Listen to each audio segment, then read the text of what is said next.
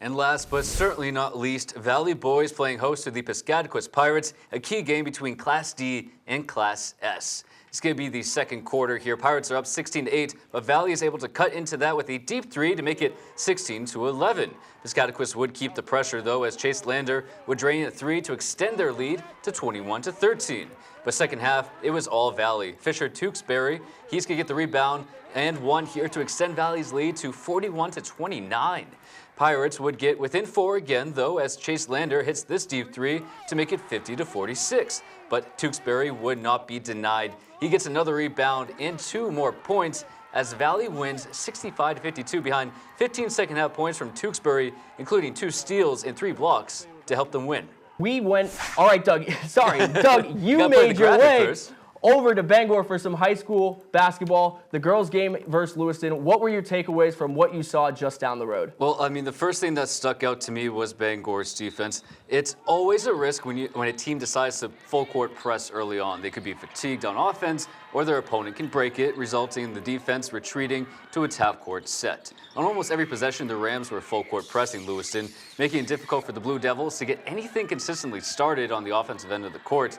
They also recorded a lot of steals, too. On offense, the Rams set great screens at the top of the key, allowing open players a direct route to the hoop. And if those options weren't there, they had court vision to move the ball and with patience till they found a comfortable look.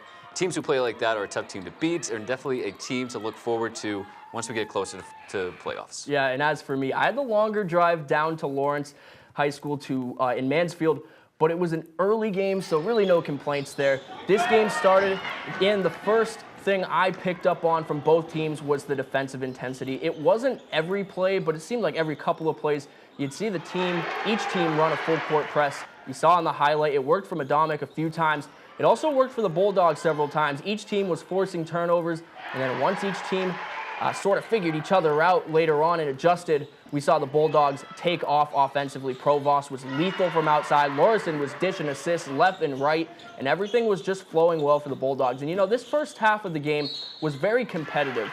The difference was not much, but Lawrence is 5-1. They're winning games for a reason. And the second half adjustments for the Bulldogs prevailed for them. They were a great team tonight. They've been a great team all year, and I look to see that moving forward. I mean, these games that we look at, today's slate of games, really just a really competitive slate. Oh, absolutely. And you mentioned Provost, too. She was a name that we mentioned a lot last year. So it's good to see that she's still at the top of the pack for that team. Also, probably in that class as well. I mean, she was super competitive last year. This is the first time I'm seeing her this year.